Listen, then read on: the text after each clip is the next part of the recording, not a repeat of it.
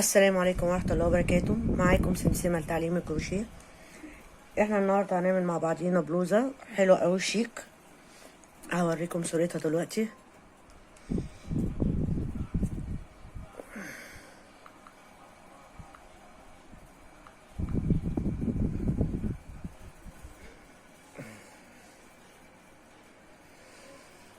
هنبتدي مع بعض نعمل المربعات ونعرف ازاي نشبك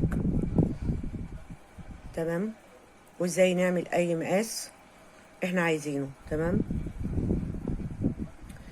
بس قبل ما نبدأ، لو اول مرة تشارك في قناتي، ما تنسيش تشتركي في القناة وتفعلي زر الجرس عشان يوصل لك كل جديد. نقول بسم الله ونبتدي. احنا هنبتدي باللون الروز او البامبا. بس قبل ما نبتدي عايزين نعرف احنا بنشتغل بإبرة رقم 3 وبنشتغل بخيط أليزا ديفا تمام. هنبتدي مع بعض نعمل 4 سلسلة. ادي 1 2 3 4. هنقفل بمنزلقة في اول سلسلة،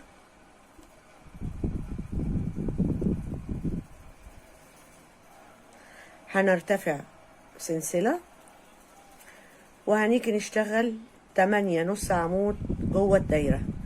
ادي كده 1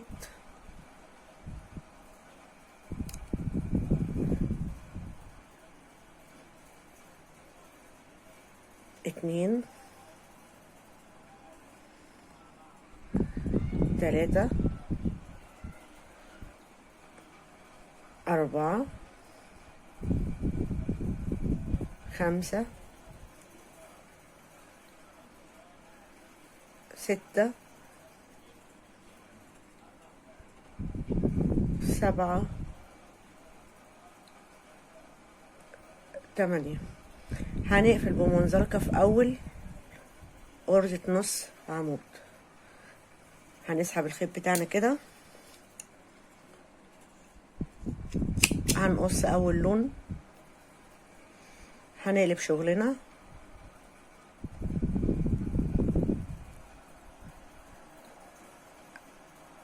هنبتدي نقفل اللون بتاعنا الاولاني كده ونربط الخيط علشان الغرزة بتاعتنا ما تفكش تمام. يبقى احنا اول حاجة عملنا 4 سلسلة، قفلناها بمنزلقة واشتغلنا جوه الدايرة 8 عمود 8 نص عمود تمام. نشوف اللون اللي بعديه. جبت اللون بتاعي التاني، لون الموف. هنيجي في اول غرزة نص عمود نسحب الخيط بتاعنا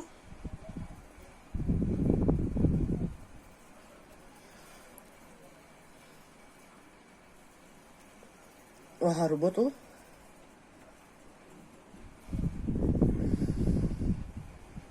طبعا. كل واحد ليها طريقتها، في كل واحدة ليها طريقة معينة، بس انا بحب شغلي اعمل الطريقة ديت تمام. همسك الفتلتين معايا وانا بشتغل كده.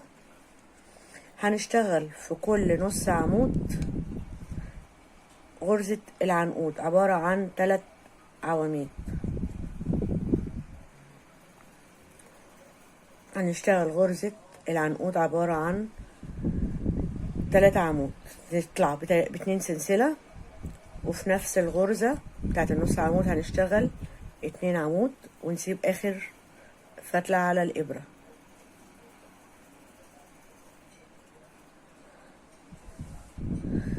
ادي كده غرزة العنقود. هنشتغل 2 سلسلة، هنرجع في الغرزة اللي وراها نشتغل غرزة نص عمود هنشتغل غرزة العنقود. ادي 2 عمود وادي 3 عمود.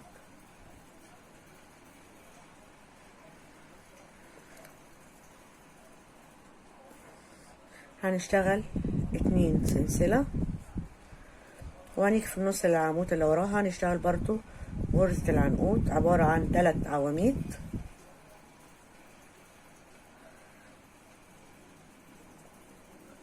نسحب الأربع فتلات بتوعنا، نشتغل 2 سلسلة، وهنكمل السطر بنفس الطريقة، بحيث ان احنا عندنا هيبقى عندنا 8 غرزة العنقود، وما بين كل عنقود وعنقود سلسلتين.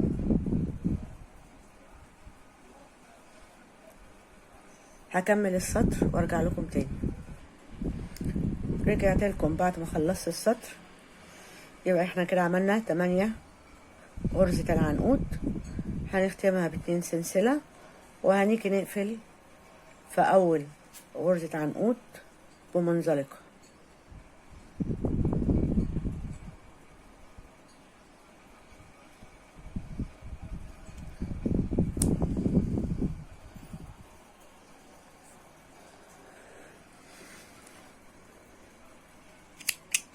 هنقطع الخيط عشان نغير اللون.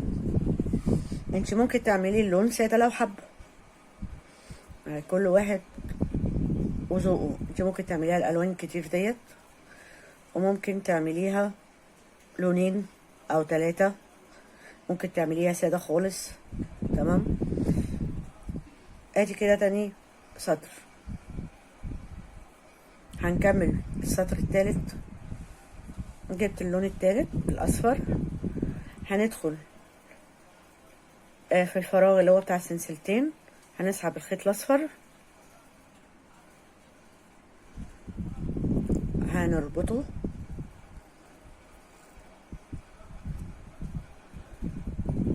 ابقى ماسكه الفتلتين معايا كده عشان اخدهم في الشغل. هنسحب الخيط بتاعنا، هنطلع بسلسله، نشتغل حشو 5 سلسله. ادي 1 2 3 4 5، وهنيجي نعمل 3 عواميد ب3 لفات. يبقى احنا هنشتغل هنا 3 عواميد ب3 لفات. ادي كده اول عمود،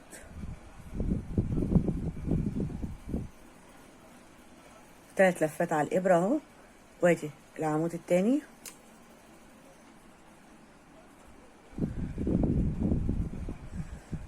العمود التالت،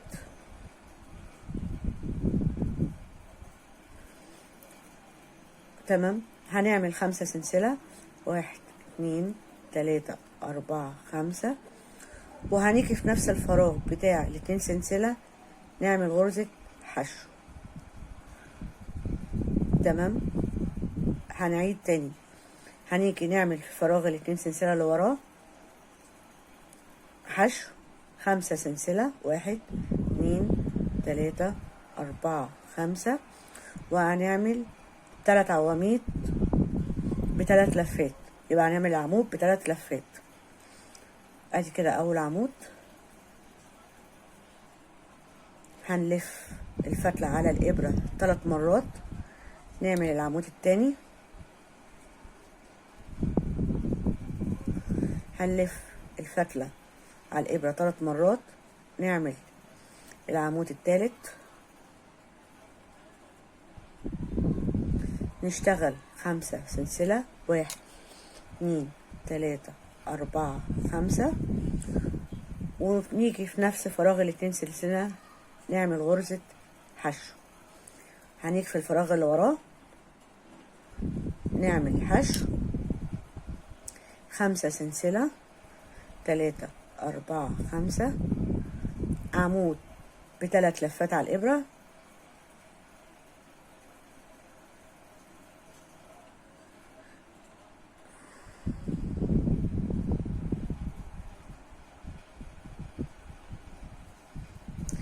العمود التاني ب3 لفات على الابره،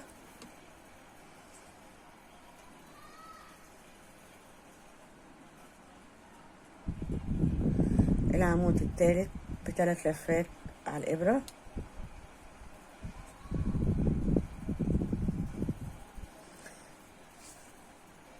هنشتغل 5 سلسلة، 1 2 3 4 5، وهنيجي في فراغ ال2 سلسلة نعمل غرزة الحشو. تمام، يبقى ده السطر التالت بتاعنا. هنكرر تاني في فراغ ال2 سلسلة حشو، 5 سلسلة، 3 عمود، والعمود ب3 لفات.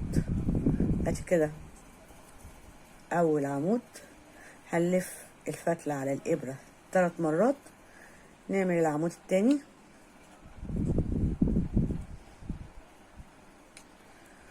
هنلف الفتلة على الابرة 3 مرات. ادي كده العمود التالت. نشتغل 5 سلسلة، وهنيجي في نفس فراغ ال2 سلسلة نعمل حشو. تمام، انا هكمل السطر وارجع لكم تاني. رجعت لكم بعد ما خلصت السطر بتاعي باللون الاصفر مع اخر حشو واول حشو. هنقفل في اول حشو بمنزلقة، نشد الخيط ونقطعه ونوصل اللون التالت او الرابع، الرابع. هنلف الخيط بتاعنا كده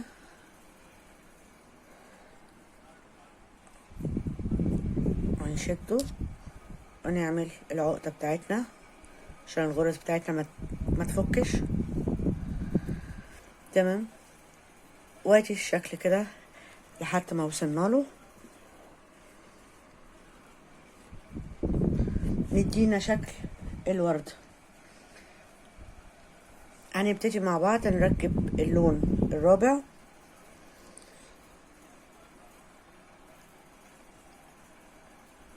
هنيجي ما بين غرزتين الحشو هنا، نحط الإبرة بتاعتنا ونسحب الخيط. هنربطه كالعادة.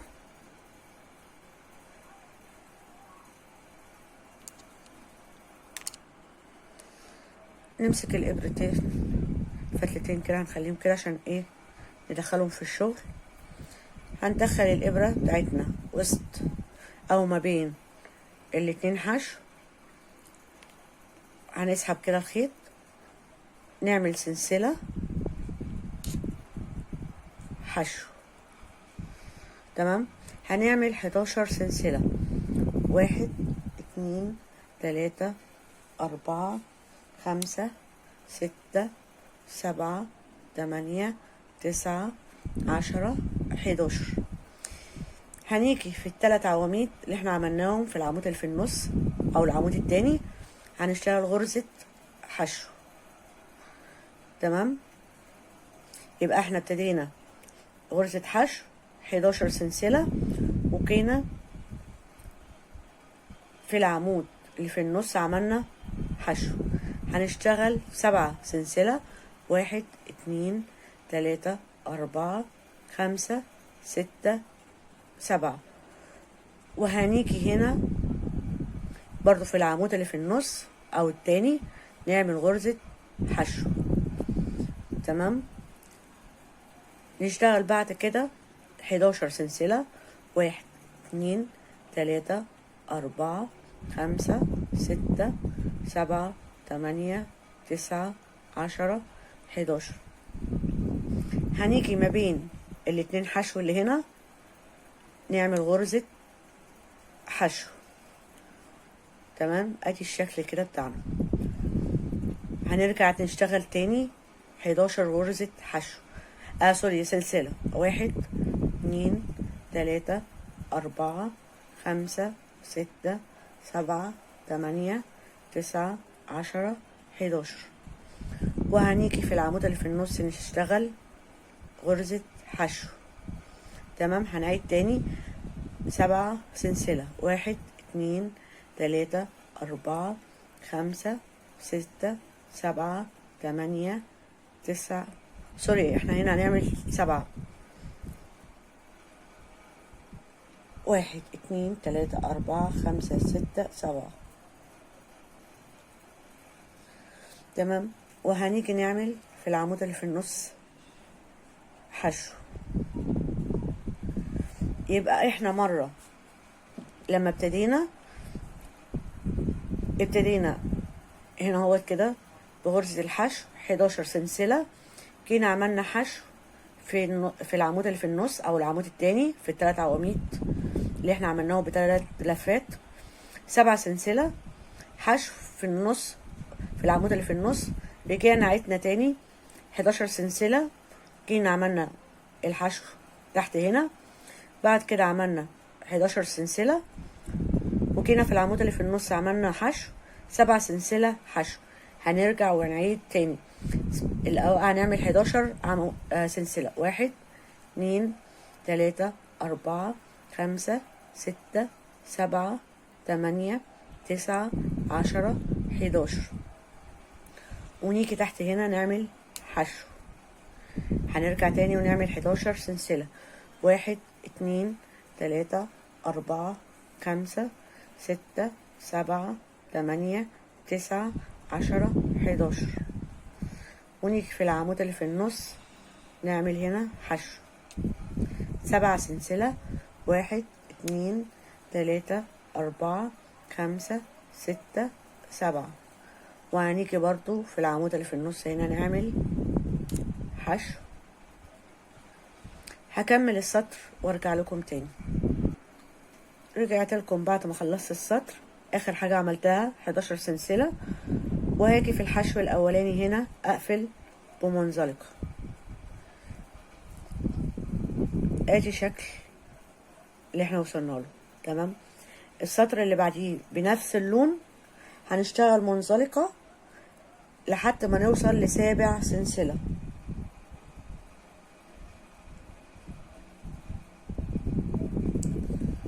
ادي منزلقة،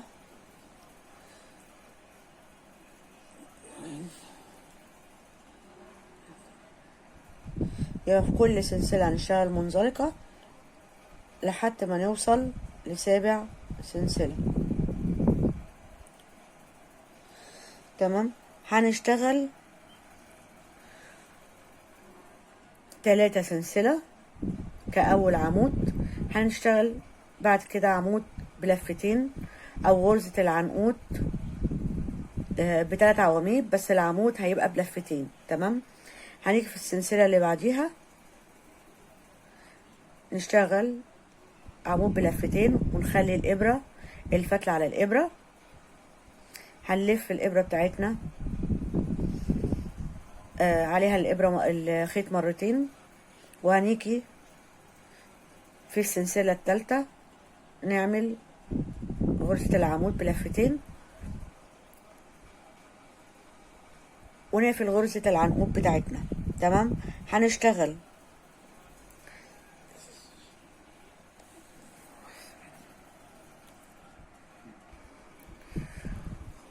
خلصنا غرزة العنقود.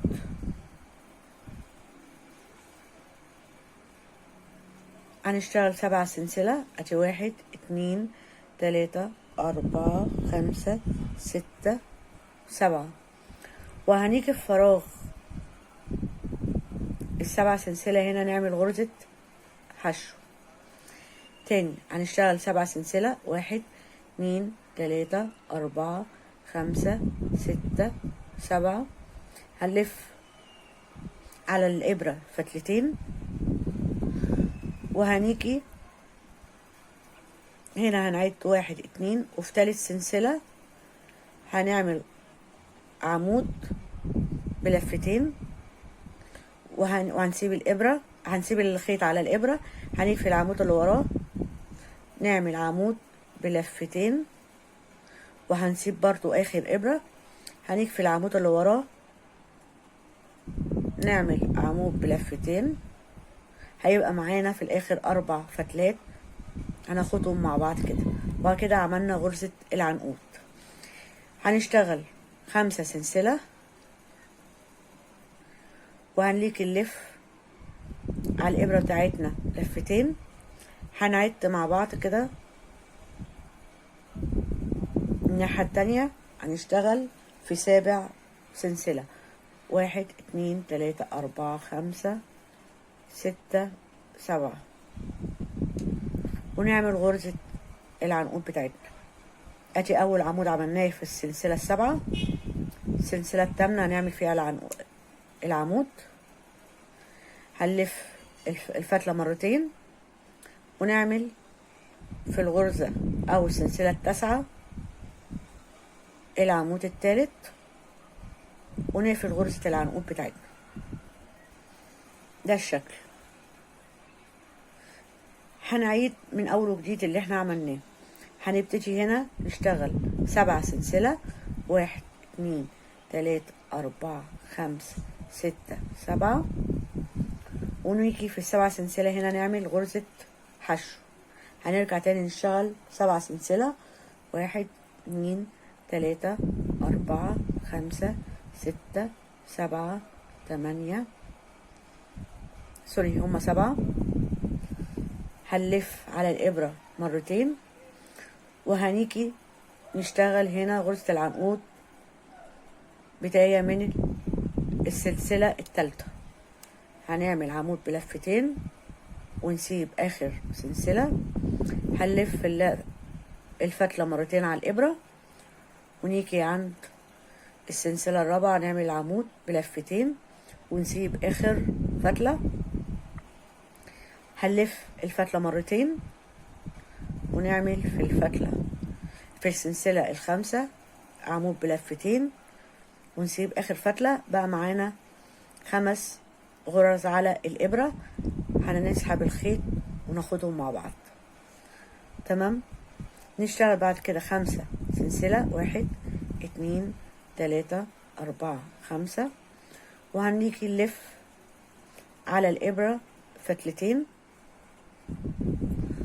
وهنيجي هنا نعد. ادي 1 2 3 4 5 6 وفي ال7 ندخل الإبرة نعمل أول عمود بلفتين ونسيب آخر فتلة. نلف الفتلة على الإبرة مرتين. في السلسلة الثامنة هنعمل غرزة العمود بلفتين ونسيب آخر لفة. هنلف على الإبرة برضو مرتين وندخل في السلسلة التاسعة ونقفل. تمام. ده السطر بتاعنا. هكمل السطر وارجع لكم تاني. خلصت السطر واخر حاجة عملتها ال5 سلسلة وهاجي اقفل بمنزلقة في اخر او في اول غرزة عنقود. تمام كده. هنشد الخيط ونقطعه.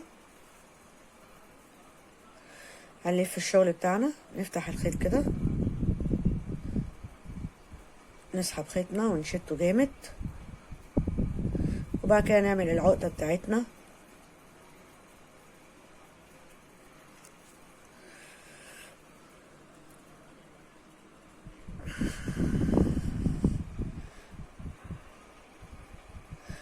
وبكده نكون ابتدينا نخلص المربع. ناقص لنا سطر هنعمله مع بعضينا ونبتدي نشبك.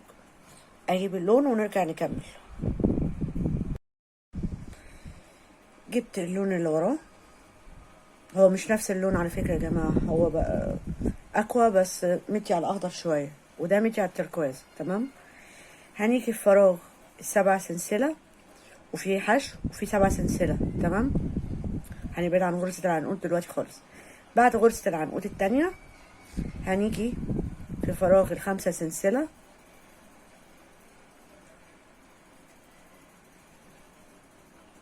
نعمل العقدة بتاعتنا عشان بداية الخيط وبداية السطر. تمام. هناخد الخيط معانا كده عشان نداريه في الشغل. هنحط الإبرة بتاعتنا في الفراغ بتاع بتاع ال7 سلسلة. هنرتفع 4 سلسلة. ال4 سلسلة عبارة ال3 سلسلة الأولانيين عمود ومعاه السلسلة. تمام. هنيجي في نفس الفراغ هنشتغل عمود سلسلة عمود سلسلة، عمود. تمام. يبقى احنا في فراغ ال7 سلسلة ارتفعنا 4 سلسلة، اول 3 سلسلة عمود والسلسلة اللي وراها، وادي عمود سلسلة عمود سلسلة عمود. تمام. يبقى احنا كده عندنا 4 عواميد في فراغ ال7 سلسلة. هنشتغل 3 سلسلة، وهنيجي في فراغ ال7 سلسلة هنشتغل 4 عمود، وما بين كل عمود وعمود سلسلة. ادي كده اول عمود سلسلة، العمود التاني سلسلة، العمود التالت سلسلة، العمود الرابع. تمام. هنشتغل بعد كده 7 سلسلة، 1 2 3 4 5 6 7. هنلف على الإبرة بتاعتنا 3 فتلات. هنيجي عند غرزة العنقود من فوق كده نشتغل عمود بال3 فتلات. هنيجي عند آخر فتلة وهنسيبها على الإبرة، كده معانا فتلتين. هنلف فتلتين على الإبرة ونيجي في الفراغ بتاع ال5 سلسلة نعمل العمود بلفتين. تمام. هنسيب برضو آخر فتلة على الإبرة، بقى معانا 3. هنرجع نشتغل عمود بلف، بقى معانا 4 فتلات على الإبرة. تمام. هنلف فتلتين على الإبرة ونشتغل في نفس الفراغ عمود بلفتين، بقى معانا 5 فتلات على الإبرة. تمام. هنلف 3 فتلات على الإبرة ونيجي عند غرزة العنقود اللي وراها نشتغل العمود ب3 فتلات. ودلوقتي بقى معانا 6 فتلات على الإبرة. هنسحب الخيط بالإبرة من العواميد كلها. احنا كده عاملين ادي 1 2 3 4 5 عواميد. اول عمود عملناه ب3 فتلات على الإبرة، تاني عمود بفتلتين، العمود اللي وراه بفتلة واحدة، العمود الرابع عملناه بفتلتين، العمود الخامس او الاخير عملناه ب3 لفات. تمام كده. هنرتفع 5 سلسلة، 1 2 3 4 5، ونعمل غرزة البيكو.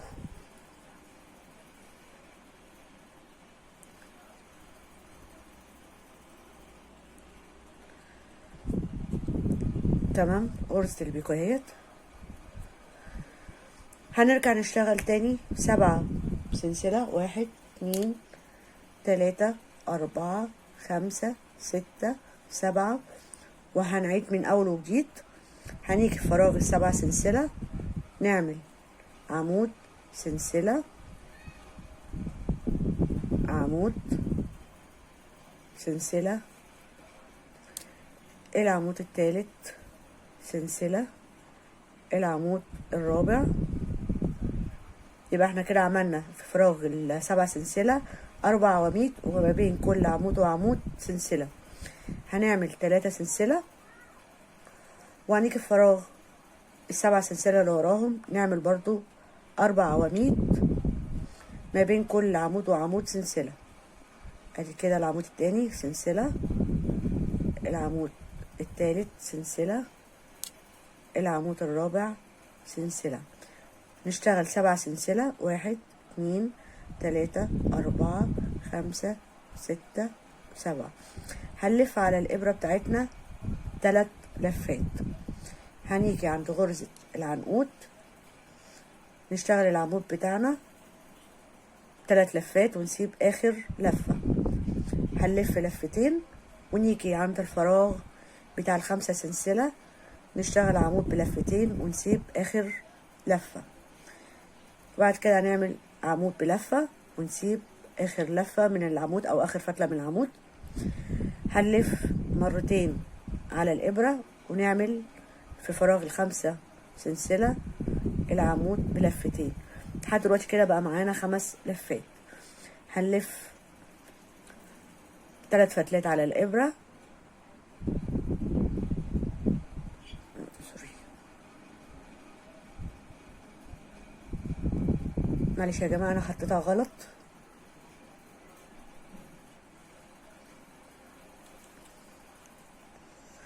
هنلف 3 لفات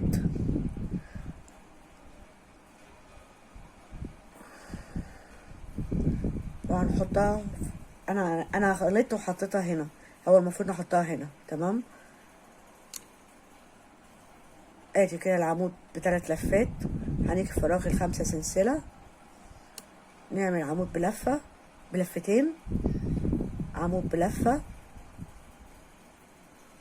عمود بلفتين، واخر عمود ب3 لفات بناخدها في غرزة البيكو غرزة العنقود، ونيجي نسحب ال6 فتلات بتوعنا كده. هنرتفع 5 سلسلة ونعمل غرزة البيكو في اول سلسلة هنا كده. تمام، هكمل السطر وارجع لكم تاني. رجعت لكم بعد ما خلصت السطر. اخر حاجة عملتها غرزة العنقود اللي هي عبارة عن عمود ب3 لفات، عمود بلفتين، عمود بلفة، عمود بلفتين، عمود ب3 لفات. تمام، هنعمل 7 سلسلة، 1 2 3 4 5 6 7. هنيجي نقفل. احنا كنا ابتدينا هنا ب4 سلسلة، قلنا اول 3 سلسلة عمود والسلسلة اللي وراها، يبقى احنا هنقفل في السلسلة التالتة، وبكده المربع بتاعنا يكون خلص. ادي شكل المربع بتاعنا. تمام، هوريكم، هعمل قطعة وهوريكم ازاي نشبك مع بعضينا الوحدة. تمام، ونكمل بقية البلوزة مع بعض.